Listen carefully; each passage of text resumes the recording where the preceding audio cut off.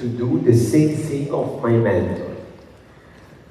And they told me, Marco, we cannot sell you the membrane because before you have to follow our workshop. Then you can buy the membrane. And so I am ready.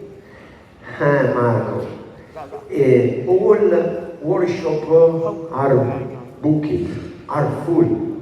But I pray, I would like to buy your device. So probably there is another last workshop in the Saturday afternoon.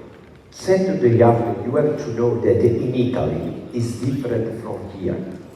Today is a Sunday, and yesterday and today you are here to follow lecturing. Instead, in Italy, it's different. At the end of the Saturday morning, around lunchtime, everybody come back home. And so, when the company told me, you could follow the workshop in the Saturday afternoon, oh my God, I wanted to come back home. But I wanted to buy the membrane, and so I accepted. And so during the workshop, there was Carlo Tinti. Carlo Tinti was one of the first pioneer in the GBR, with the Massimo Simio, Carlo Parma Merzenati. And they showed us how a non-absorbable membrane should shape around and periodontal defect, no ridge defect, periodontal defect. And they took us that the main important aspect of those GBR was don't touch the membrane with your fingers. But we didn't speak relating passivation of the flap, design of the flap, nothing else. And so I could buy the membrane after the workshop, and I started to apply the GBR. I performed on average 10 cases. 10 cases of horizontal regeneration, not vertical. Horizontal, very simple. How many cases of early exposure of the membrane I had? In your opinion, how many cases I failed?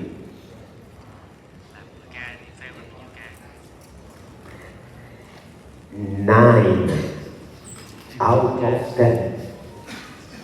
9 cases of failure. A disaster. I tried.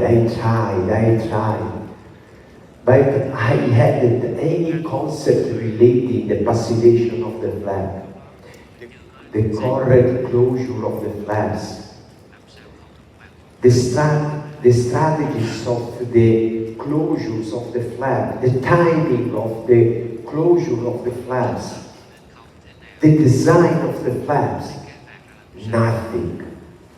And so I tried, failed. And so after 9 failures, I left this position. And I said, the common international point of view is the truth.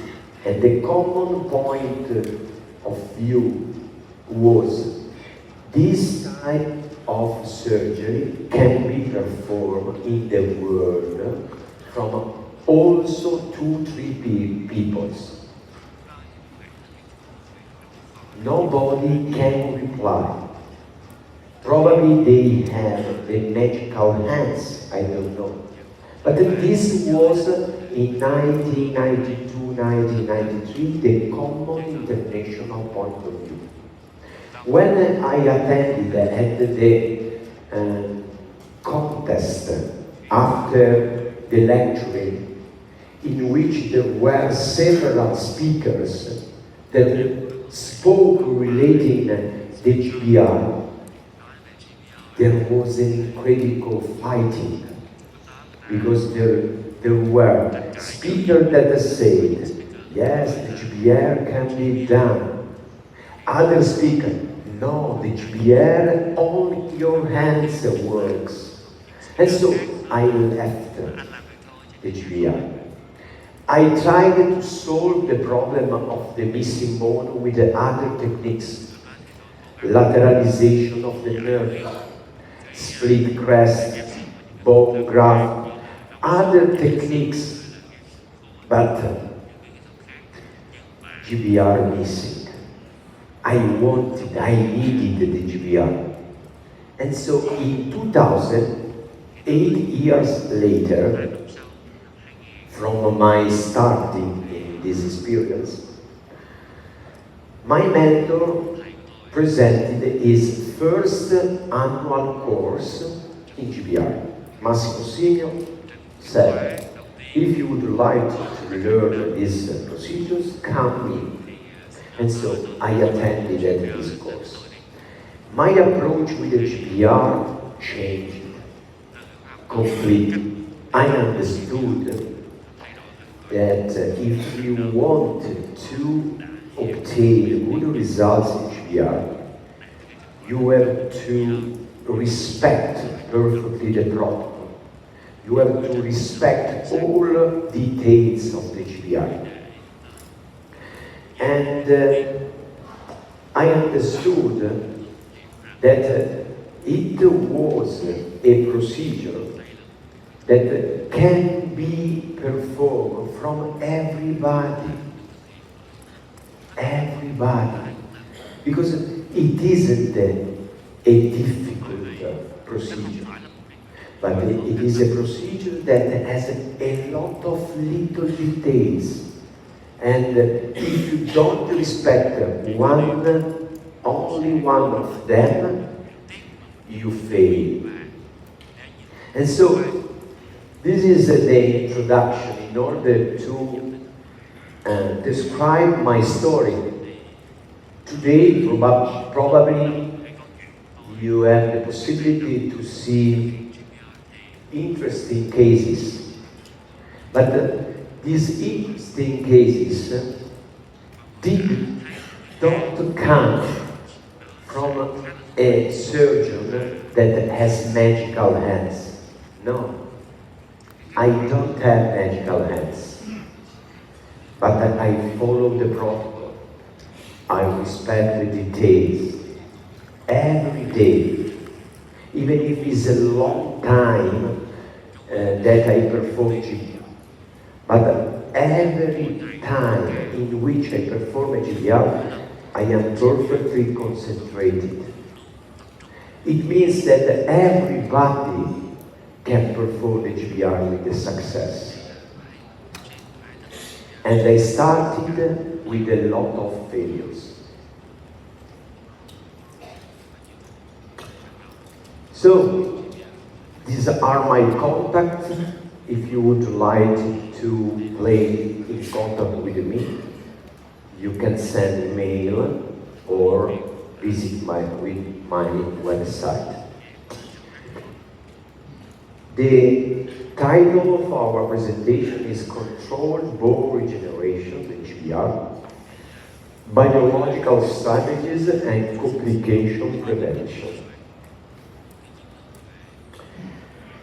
I prepared several topics that are needed in order to effort the GBR. First, what does severe bone defect mean? There is a big confusion relating severe bone defect. Each one of them has a proper idea. Severe regeneration, more 6 millimeters. Severe 10 millimeters. Severe 3 millimeters. Severe a combination between horizontal and vertical bone regeneration. Or severe in the dentulous posterior lower jaw, or in the posterior upper jaw, or in combination with the sinus jaw. Each one of them, of you, have different idea related to the severe.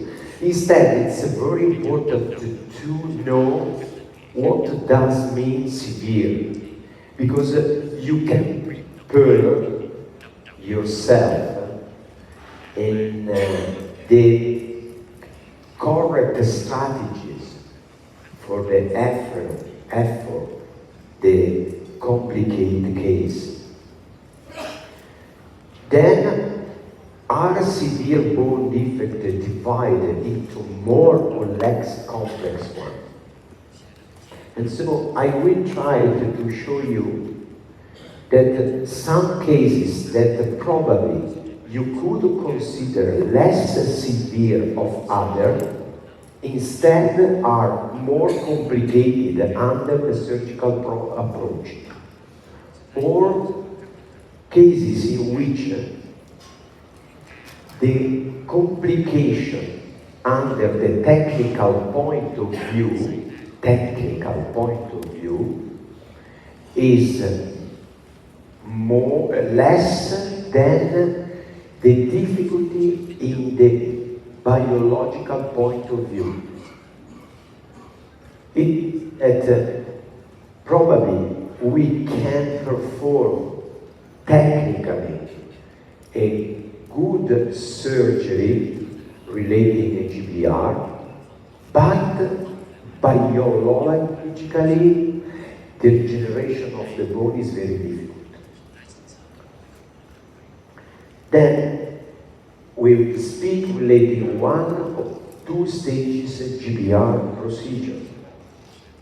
There is a big discussion related, which is of these two procedures, the more indicated.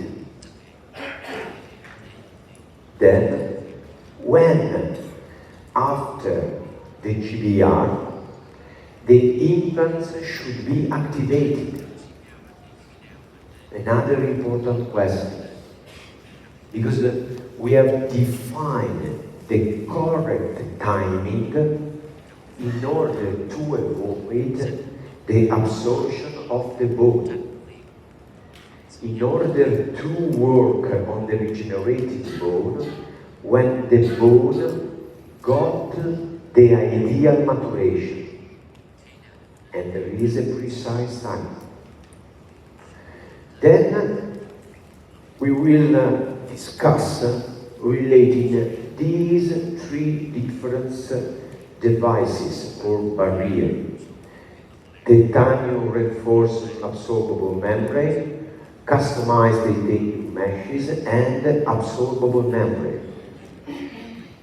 And we analyze which is the ideal association between the device and the type of defect.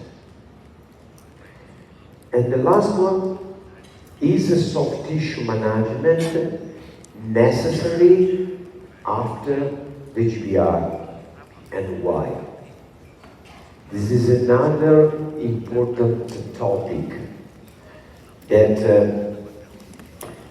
is mandatory in order to guarantee a good prognosis of how the implants place in the regenerated bone, but place also in the native bone is not important. The bone is regenerated or not. But if we want to obtain, to get an ideal soft tissue stability around the implants, we have to restore the spatiality of the soft tissues around them. Because after the GBR, we lose completely the original spatiality. The mucogingival line is moved lingually or palatally.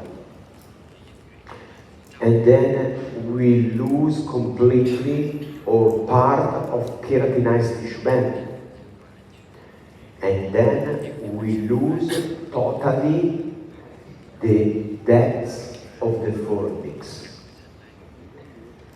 And if we don't restore this anatomical spatiality of the soft tissue around the implants, the risk is to have complications after the GBR, as in periplantitis.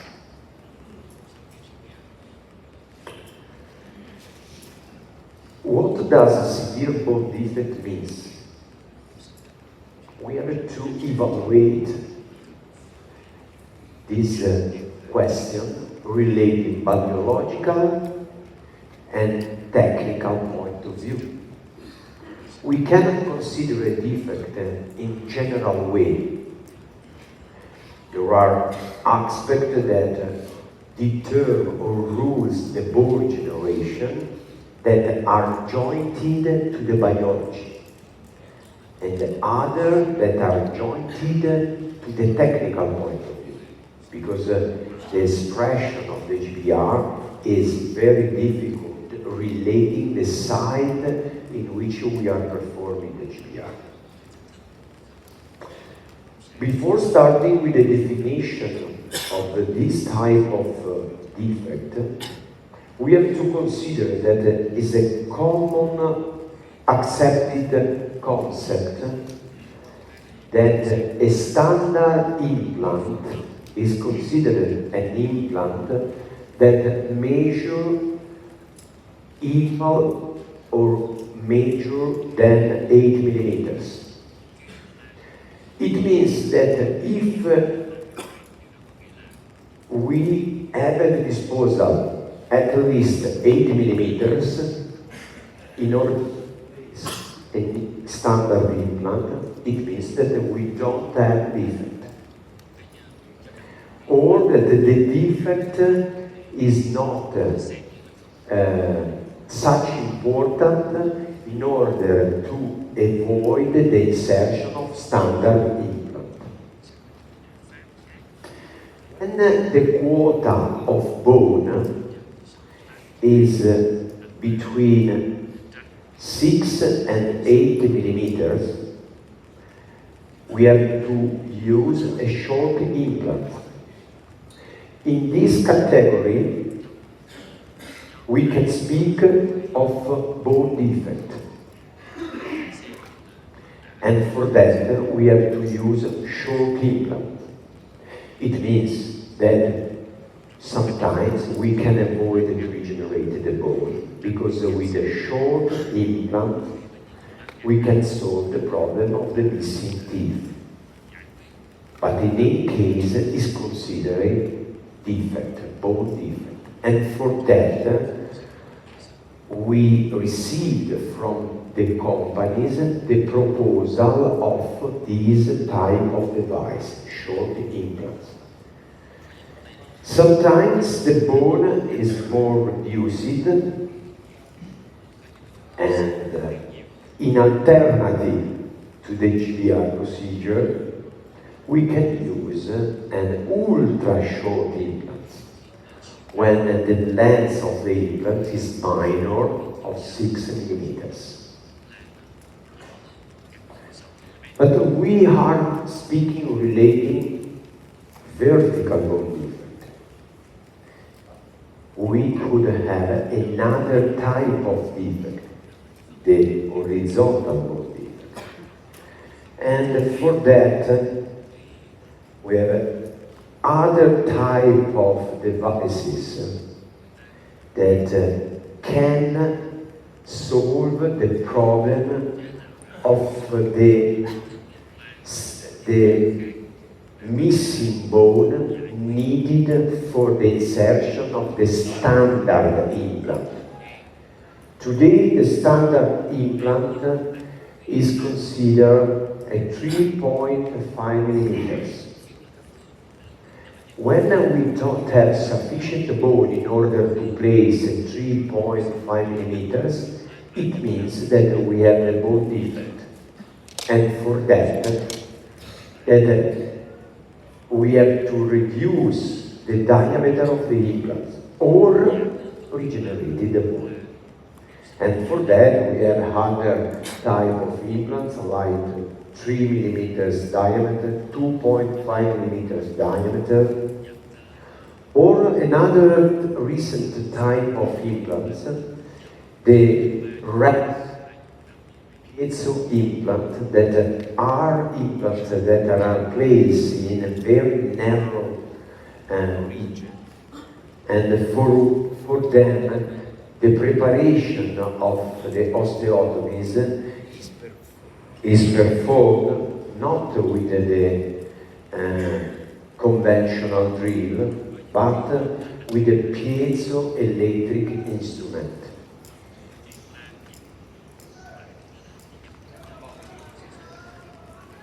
We said that we have to divide the evaluation of the bone defect according biological and technical point of view.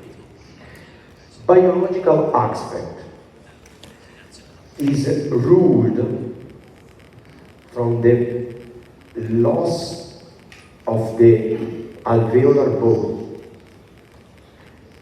Why it's important? Because we know that in the alveolar bone is contained the major part of the cancellous bone. And the cancellous bone is mandatory in GBR because it promotes the osteogenetic processes. In the cancellous bone there is the main quota of vessels.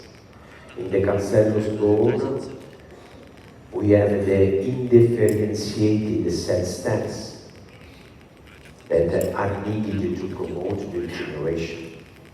If we lose the alveolar bone, we lose the main factors relating the activation of the osteogenetic processes.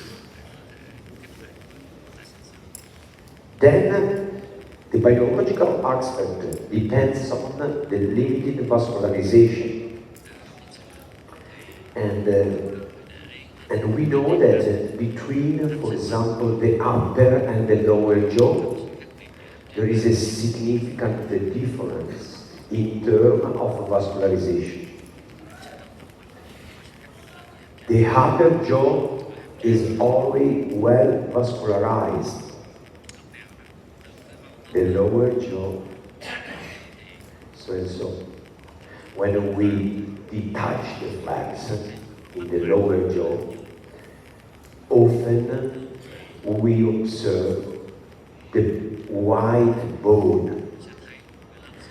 Sometimes we try to perforate the bone, but we don't have bleeding. Because the cortical layer is very thick, and the cancellous bone is poor.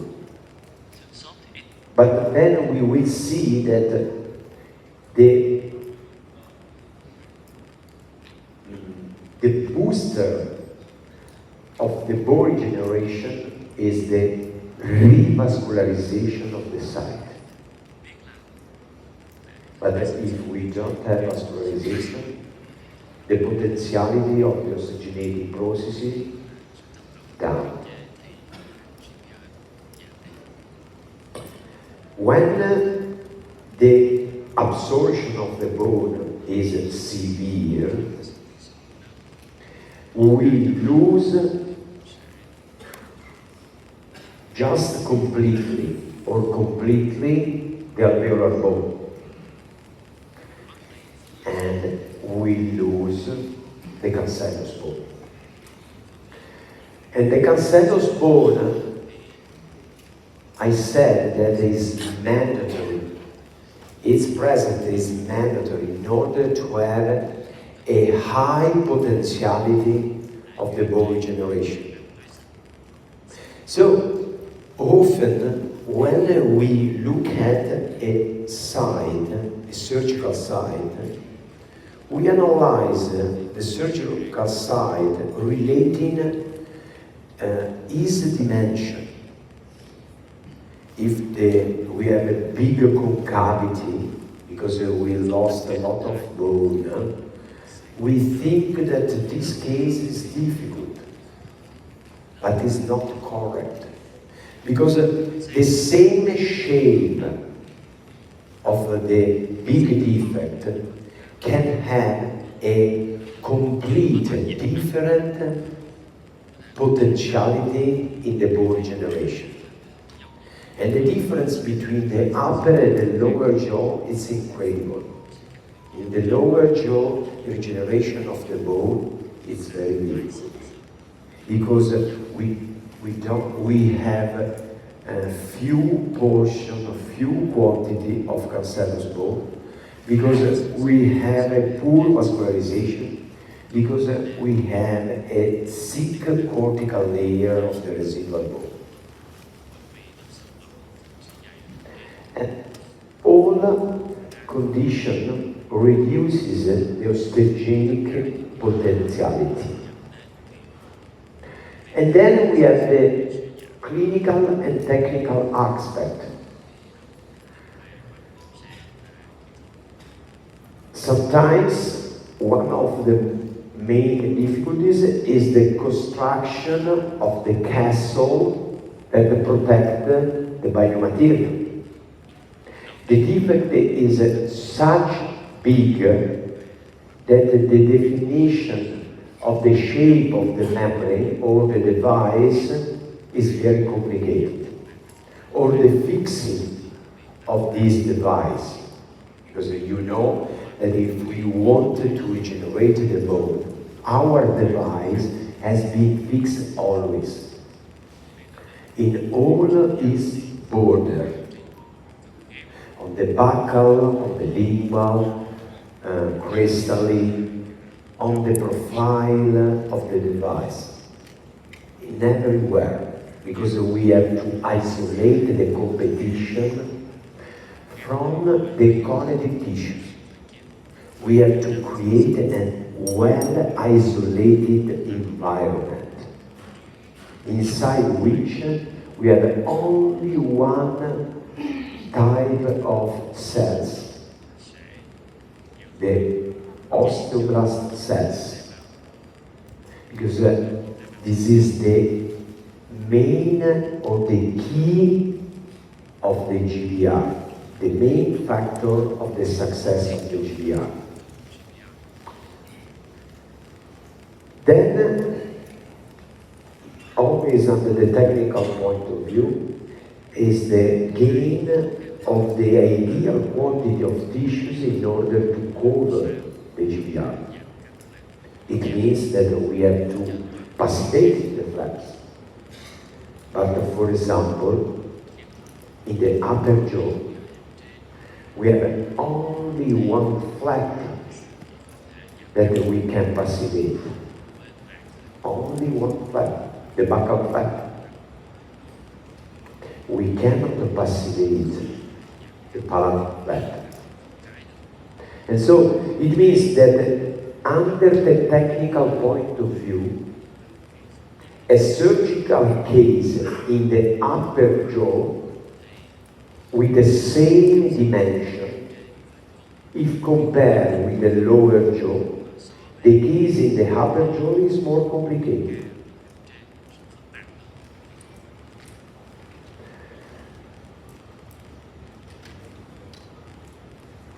The difficulties closing the flap by primary tension, especially in the upper jaw. Because with the buccal flap, in a vertical or horizontal bone defect, the buccal flap has to be moved in the upper jaw, has to be moved cornally for the vertical dimension of the defect, horizontally for the horizontality, and again vertically for the vertical dimension of the defect on the palatal side, because the palatal flap stays there. Stay there.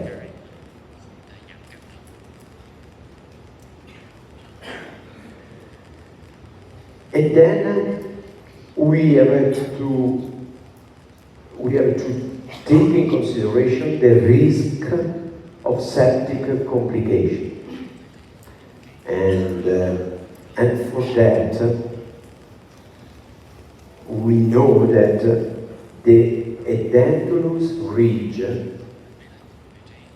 showed less risk of septic complication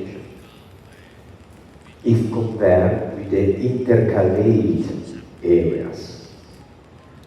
Because the intercalate area, we have to guarantee a double biological seal around the adjacent teeth to the teeth. A double.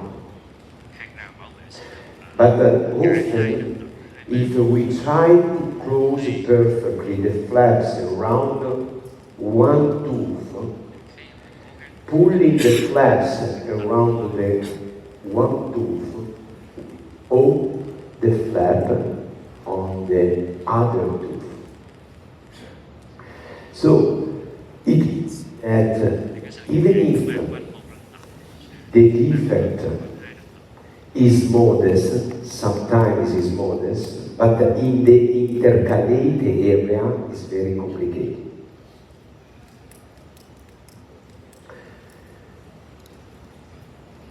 For example, these are two different horizontal bone defects.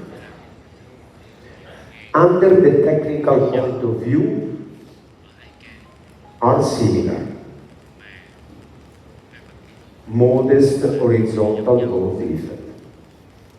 We have the complete vertical component, we lost the horizontal component, and they need the same procedure, non-resorbable titanium reinforced, fixing of the membrane of the lingual side, preparation of the vascular bed to several perforation. I follow the concept of one-stage approach, grafting material, closure of the bed. But under the technical point of view are similar. Instead, after the biological point of view are completely different. Why? On the side on the left, the cancellous bones component is rich. The bleeding after the perforation is good. Instead, on the right side, remain a very thin cortical layer, inside which we don't have a cancellous bone. It means that we have only cortical bone. But we know that the osteogenetic processes come from the periosteum and from the endosteum. Okay? The periosteum is isolated from the barrier. We place the mat.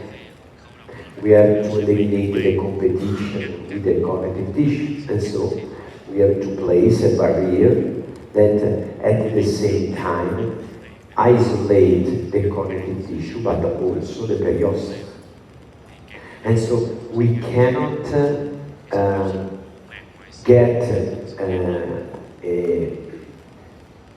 a good potentiality of the regeneration of the bone from the periosteum. Zero. And so it means that we have only one biological factor that can stimulate the bone regeneration, the endosteum. The endosteum is contained inside the cancellous bone, not cortical bone, cancellous bone. In the periosteum, in the endosteum, inside the cancellous bone, there are the indifferentiated cell stems. Those cells that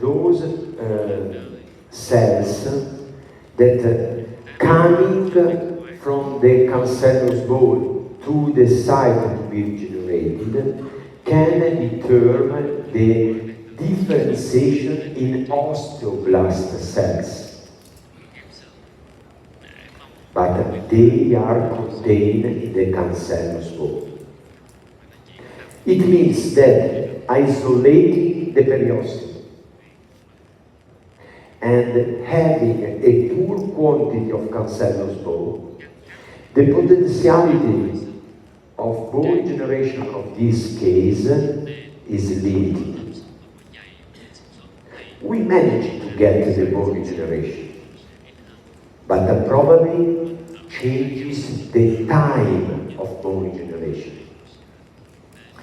This is the reason why when you analyze a surgical case, you have to respect the protocol, but your mind should be open.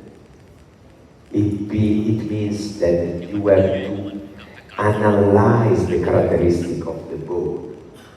Because in relationship with the characteristic of the bone, probably you have to change the timing. Because probably the time of regeneration is longer on the right than on the left. And this is the evaluation or the analysis of the bone defect that should take in consideration not only the technical point of view, not only the difficulties in the passivation of the flap, the difficulty in the design of the flap, the difficulty in the primary closure of the flaps, not only this one, or the difficulty in the shape of the membrane, or the fixing of the membrane, not only technical point of view, but you should associate to the difficulties in technical point of view all difficulties relating the biological point of view. And the relationship of them changes your protocol. Or pay attention, changes your protocol or changes your device. Changes your device. The choice of the device doesn't depend on your competencies, your skills, your confidence. I use absorbable membrane because with absorbable membrane I imagine to perform the sausage technique. Do you know the sausage technique? Urban technique. I managed to reconstruct the volume perfectly in a three-dimensional way, also without titanium reinforcement, with absorbable membrane. I'm a very strong surgeon. But technically, you are not evaluating if the using of the absorbable membrane can be indicated or calculating the side that you are regenerating. Why? Why? Because I could regenerate or I could reconstruct perfectly new bone volume with absorbable membranes, but I couldn't regenerate the bone. And you could say, why? If my surgical approach is correct, I managed to stabilize well the membrane, I fixed the membrane on its border, I grafted the material correctly, I closed the flaps for the first intention, everything was good. Why I cannot regenerate the bone? Why? Because probably you apply the absorbable membrane in a case like this on the right, in which the time of the bone regeneration, considering the biological aspect, is longer the time of barrier effect. Is longer the time of barrier effect. And take in consideration another important thing. When we take the packaging, our membrane, absorbable membrane, we read this probably we have to change the charge. This absorbable membrane is absorbed in 2 months. Okay? On the packaging of your device, absorbable membrane, there is written the time of absorption. But do you think that there is difference between the time of absorption and the time of barrier effect? Did you take in consideration this delicate difference of evaluation? The time of absorption is a time for which, after that you place your membrane, you need at least 2 months in order that during the second surgery, when you reopen the flap, you don't find the membrane. The membrane is absorbed totally. But the barrier effect is shorter than the time of absorption of the membrane. It means that when we use a membrane on which packaging there is written it is absorbed in 2 months, probably the barrier effect is 1 month. And if I am applying the GBR with the absorbable membrane on the right side, in which we have poor vascularization, thick cortical layer, no cancellous bone, in your opinion, the time of regeneration is long or not? Is long. And so, can we use an absorbable membrane that has a limited time of barrier effect? You have to open your mind. You cannot stabilize rigid protocol without analyze in a real way the case that you are treating. And so, similar defect like this, probably on the left, I could use an absorbable membrane. Probably. I don't like the absorbable membrane. But in any case, probably on the case on the left, we could use an absorbable membrane. But the similar case on the right, with the absorbable membrane, would be a disaster. I will show case like this, that with the absorbable membrane has been a failure.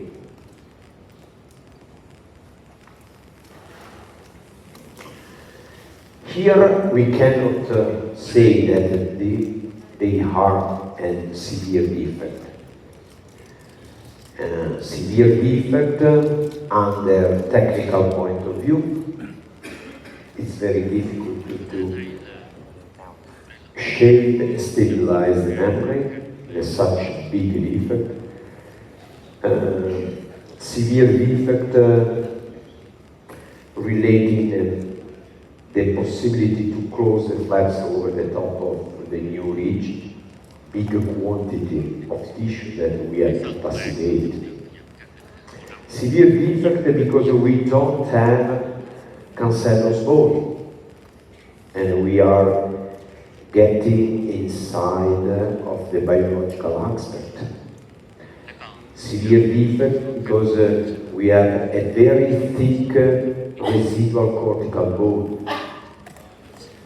Severe defect because when we try to stimulate the bleeding, we don't have bleeding. Never.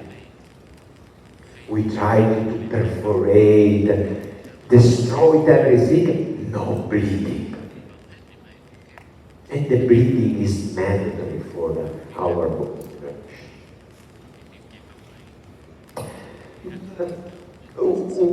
We are sure that the previous case is a common idea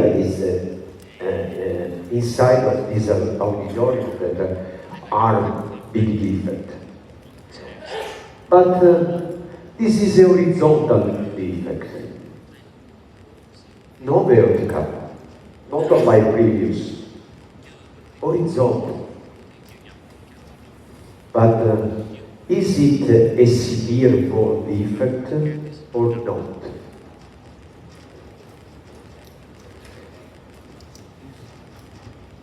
Raise your right hand that he think that this kind of defect is not a severe defect. Raise the hand. Raise the hand that who think that this defect is severe.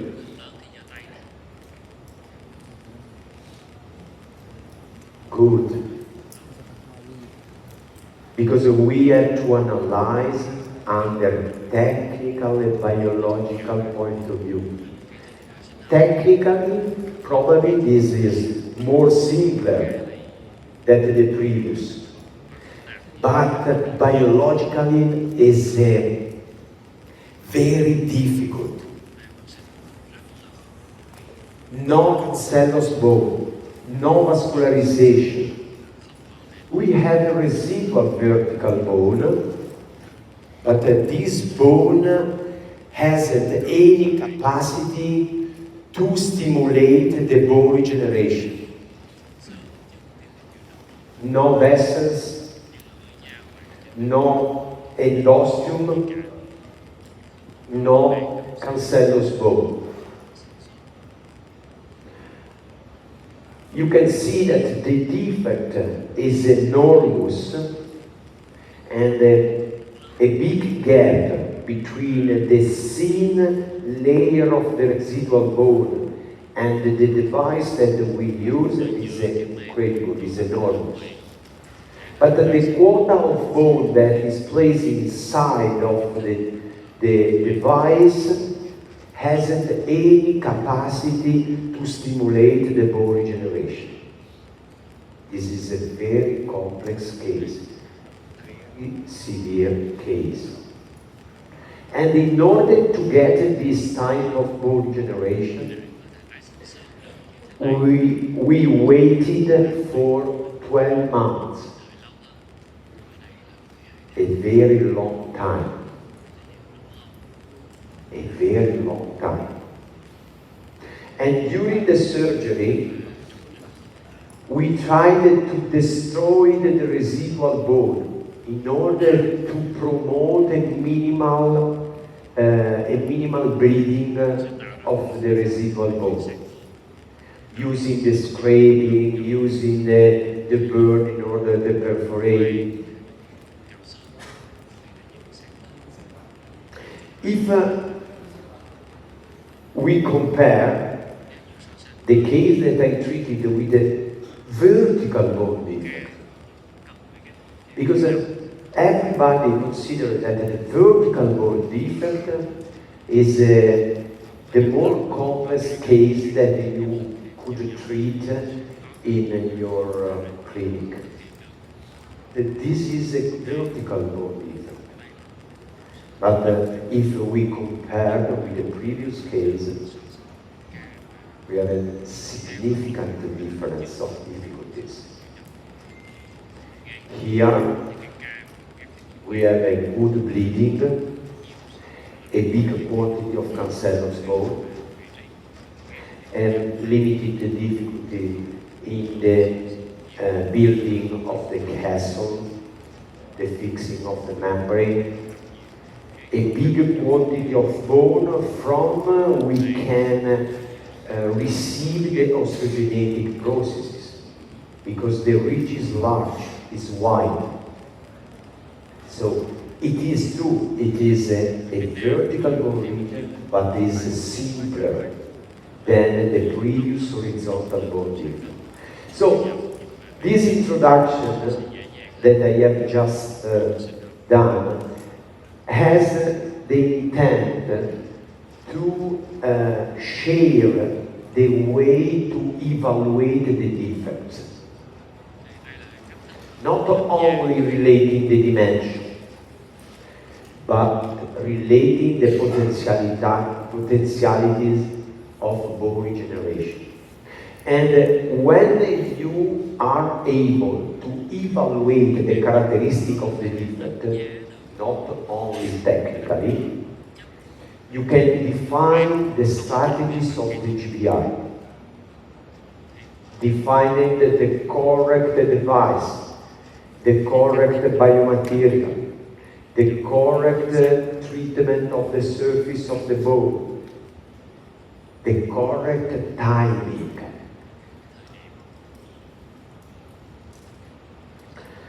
And for that, I prepared a schema in which relating the differences of the bone defect, the size of the bone defect, the size of the bone defect, there is the appropriate surgical procedure, appropriate biomaterial, appropriate devices, appropriate timing. And so, see, for example, that the absorbable membrane cannot be used in black, cannot be used in the vertical bone defect, or cannot be used in the horizontal vertical bone defect on the anterior maxilla when you wanted to get good results in aesthetic field. Cannot be used against in vertical bone defect of the posterior lower jaw or horizontal vertical bone defect of the anterior lower jaw. And so, with this schema, you can define the association between the type of defect and the type of barrier.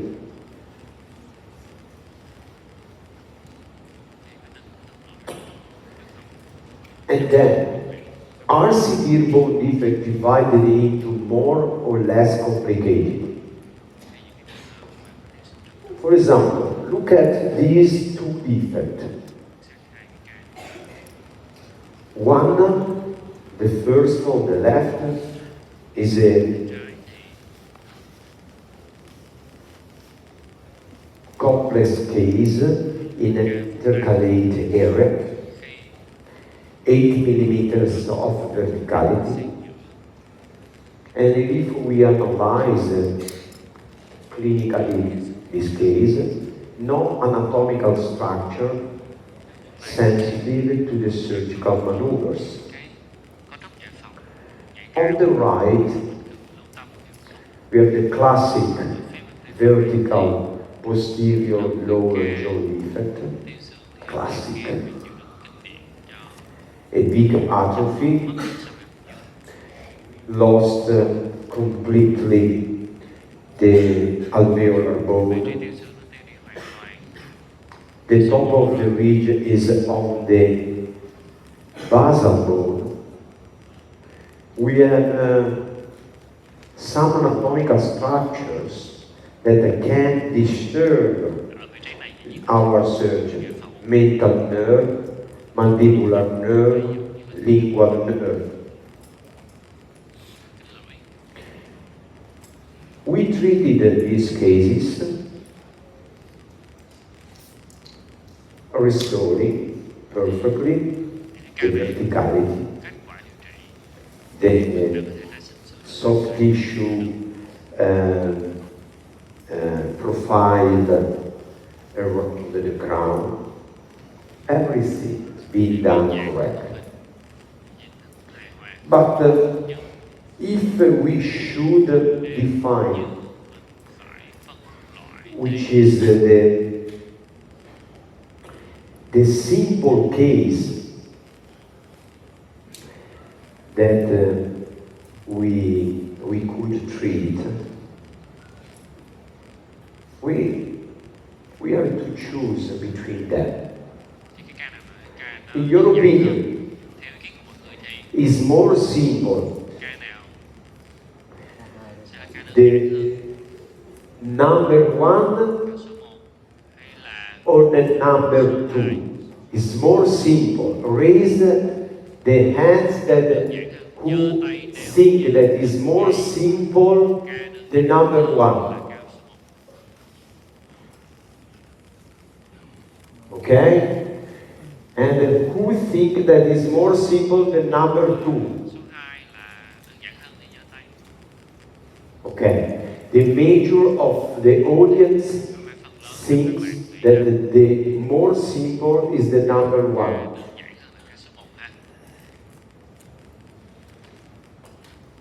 The more simple is the number two. Why? Analyze it together. It's important to change the point of view. Don't focus the attention on the dimension of the defect.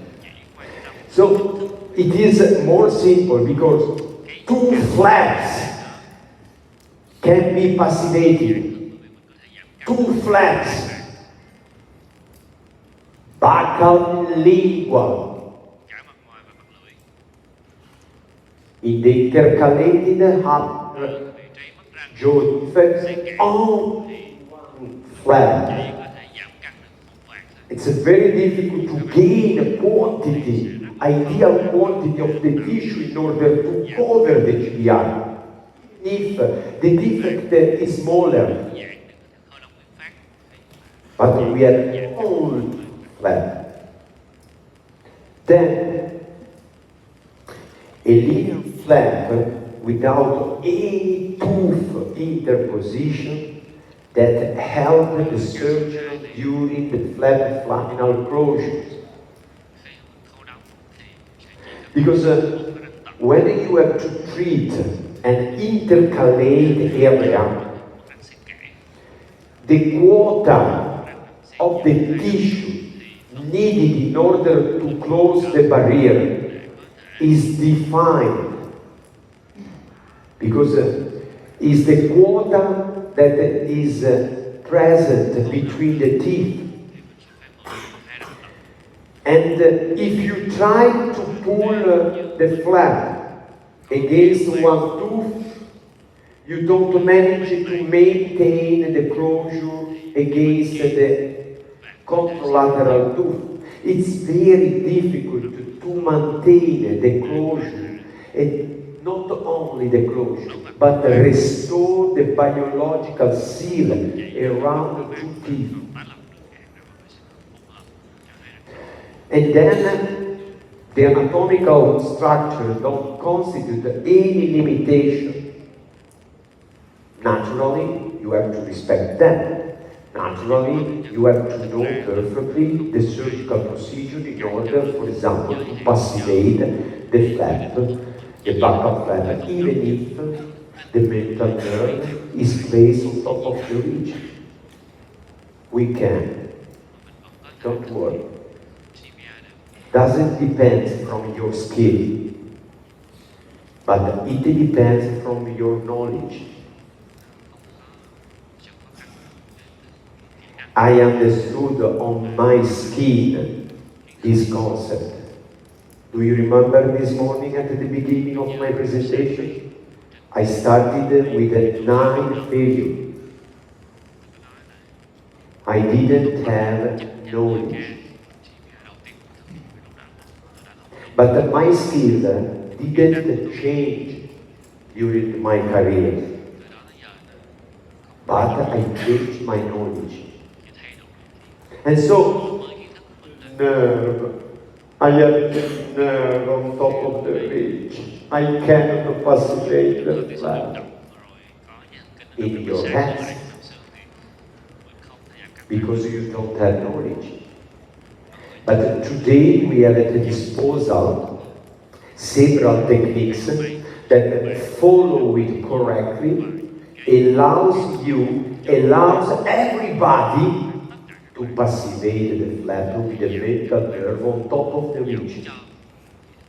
No worry. A lingual flap.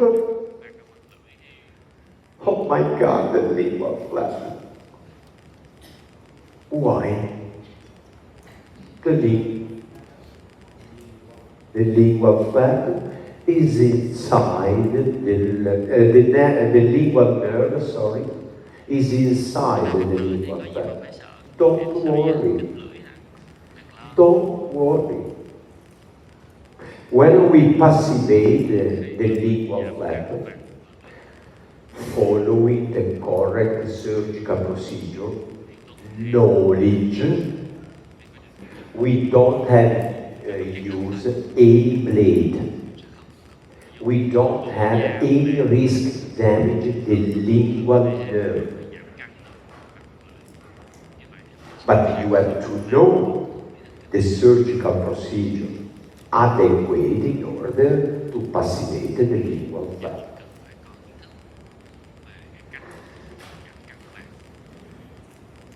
Another case,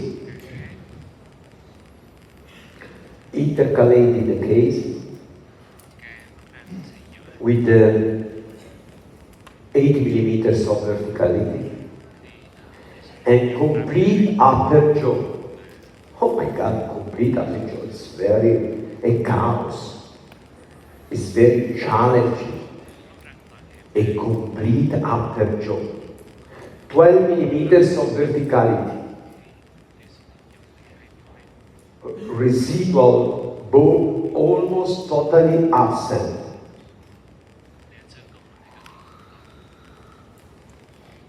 Which is the more complicated? Which is the case that is more simpler? Number 1 or number 2? Raise the hands who think that the simpler case is number 1.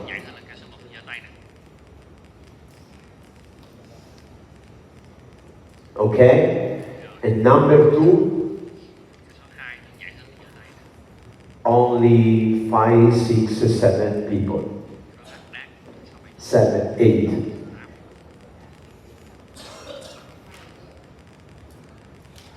These are the results.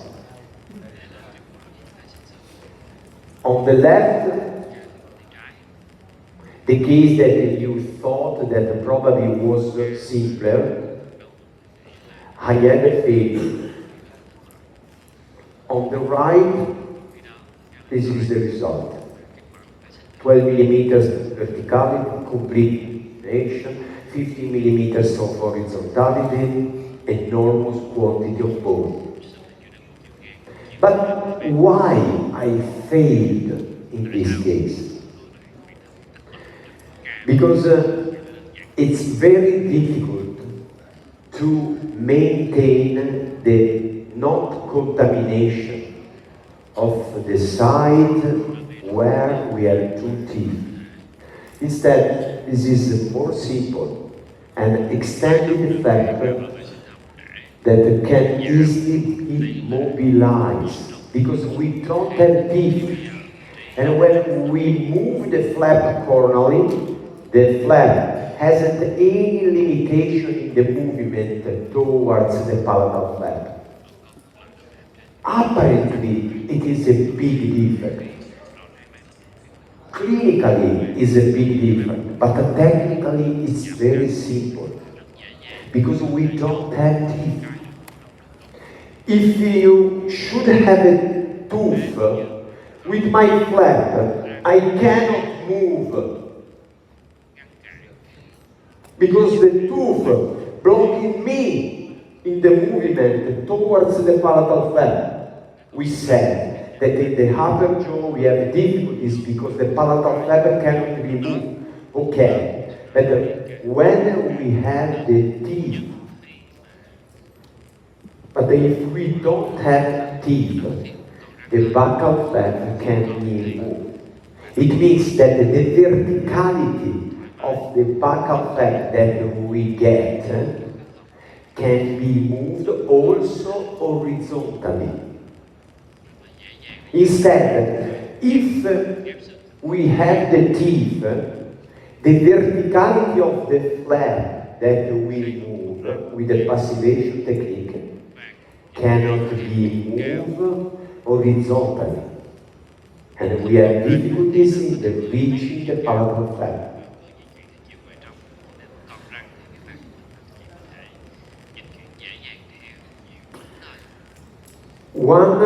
Okay. Oh my God, see here. Okay, and she said me that we have to have a break, and we continue with this part after the break. Okay? Thank you. Have a good break.